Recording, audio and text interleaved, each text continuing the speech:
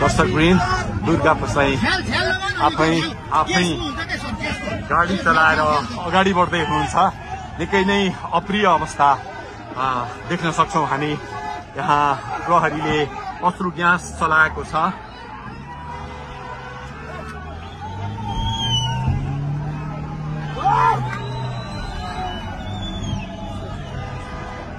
यो तीनकुनेको सडक हो, तीनकुने क्षेत्र हो।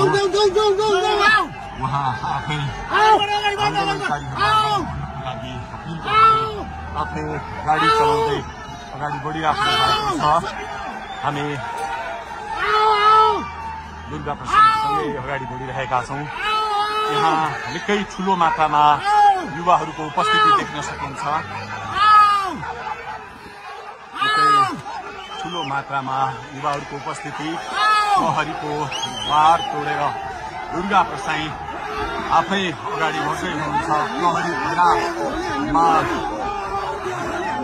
प्रहरीलाई गाडीले पेलेर दुर्गा प्रसाई अगाडि बढ्दै हुनुहुन्छ। हामी अगाडि बढ्दैछौँ। जहाँ कसैले रोक्न सक्ने अवस्था छैन। दर्शकवृन्द प्रहरीलाई दुर्गा प्रसाई पेलेर अगाडि बढिरहेको भएको छ। प्रहरी गाडीको चाबी खोज्न लागिपरेको छ।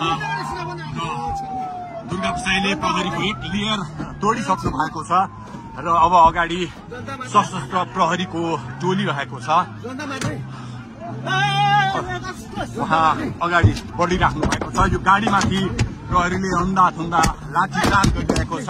तपाईँ देख्न सक्नुहुन्छ दुर्गा प्रसाईको गाडीलाई प्रहरीले रोकिराखेको अवस्था। उहाँले यो प्रहरीका सम्पूर्ण सुरक्षा घेरा तोडेर दुर्गा प्रसाई अगाडि बढ्नु भएको छ र यति बेला तीनकुनेको यो पुलबाट अगाडि बढिसकेको छ। यो दृश्य अगाडिपट्टि